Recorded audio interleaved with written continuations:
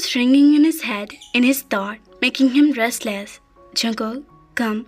Meg called him. I called him to the dinner table for his meal, but he found that his old dad was gone. Mom, I'm not feeling hungry, he said and was about to get up, but Meg held his hand and made him sit down again. I didn't know that my son got so attracted to that name, Theo, that he started dreaming of him.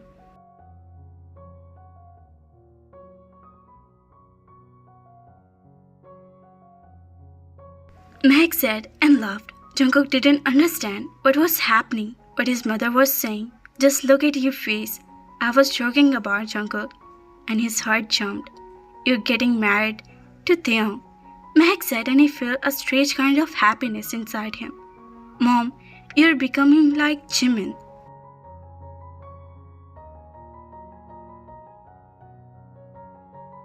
He said and sit back. He started eating and only he knew how happy he was feeling. He was amazed on his own feeling. He never felt happy like this. But today, his heart was feeling strange. Me and John was going tomorrow to their home to fix the marriage date, Meg said, and he looked at her.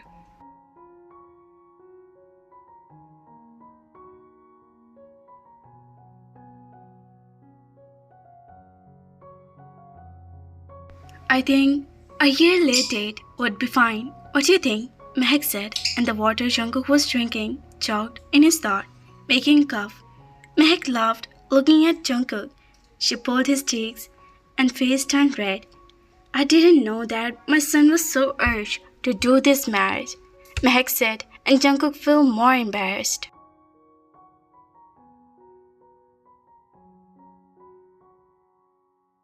Mom, he said and got up. He walked toward the room while his lips were smiling. He didn't know what was happening, but his heart was connected to him, whose name was Theo.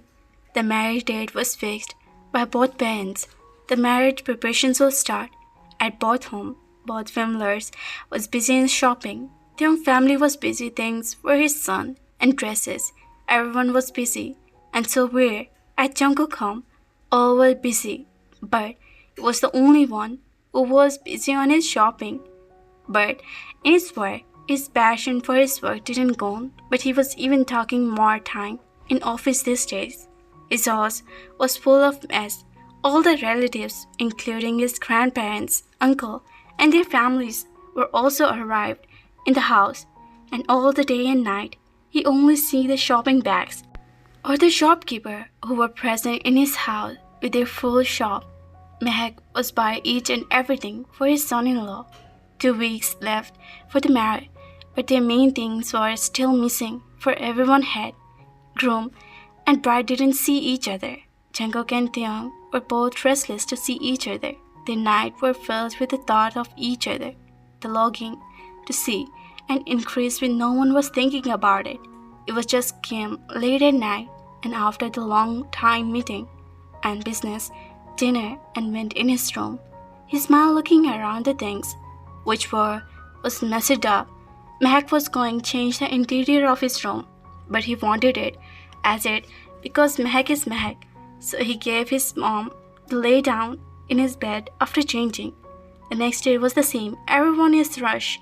Jungkook was on the dinner table.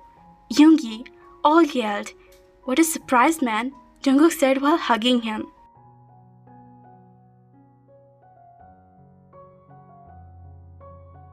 At least you come, Meg said. Look at him, who smiled and hugged her. And he hugged her tightly. You miss me, right? He said, look at her. No. Why do I? Meg said, and Yoongi walked behind her while holding his dress.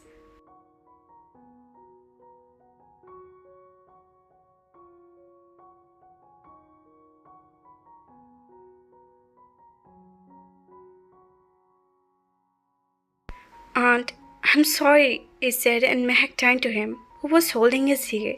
She smiled and removed his hand. Promise me you'll visit me every week, she said, and he nodded. I heard you calling me trouble. He turned on the voice and saw Jimin was standing and raised his eyebrow. Of course. What should we call a trouble then?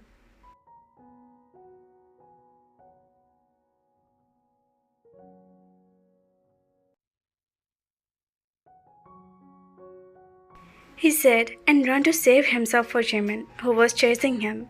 Mehak and John looked at the child, who were looking so happy.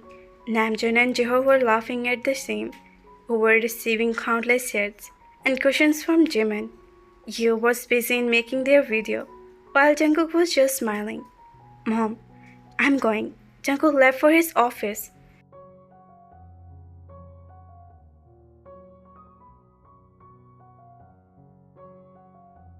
The kids were making fun all the time, with John and Mehak kid. All the time love and joy was around them, but this was called the life, with no pain, no grief, but with the laughter, when eyes got wetted, and the tear of happiness. Later, Jungkook, what are you saying?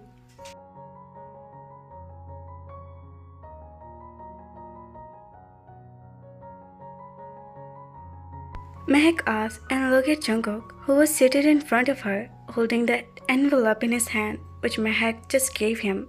Mom, please, try to understand. I have to do this. He again said, looking at all the envelopes. Even after a week, it's your wedding, Jungkook, and now you're saying that. Mehak, stop.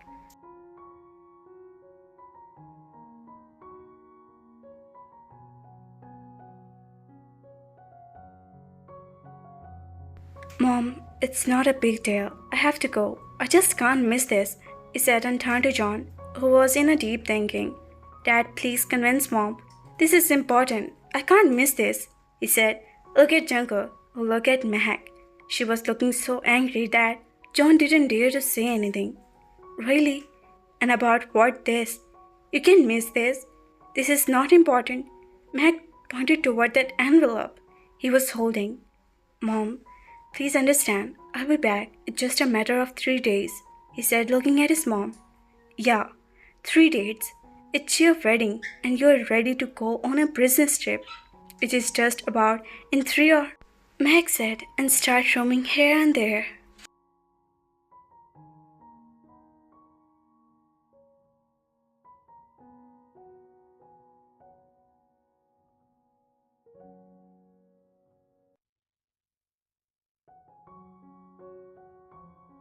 Mom, just relax. I have to go, but I promise that I'll be back soon. See, I can't miss this deal.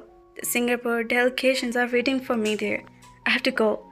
I know it's my wedding, but this is also my work. I can't let it go. It's still 1 week in my wedding. I'll be home in 3 days. Promise, he said, and Meg just glared at him. Do whatever you want. With that, she left from there, and he signed. Don't worry, I'll handle your mom. You just come back soon. Just finish your work and come back. Jungkook said and hugged his dad. Don't worry, I'll handle your mom. And just come back as soon as you finish your work. Now pack your stuff, Jungkook said and left from there. Jungkook packed his bag and turned to the envelope his mother gave him when he returned from his office.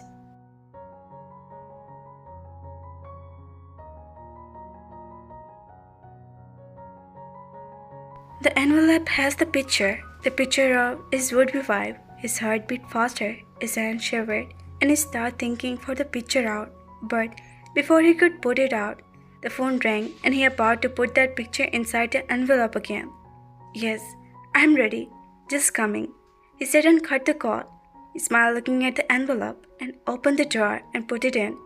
Sorry, my would-be, I'll meet you face to face now, he said and closed the drawer and picked his bag with his laptop and ran out of the room.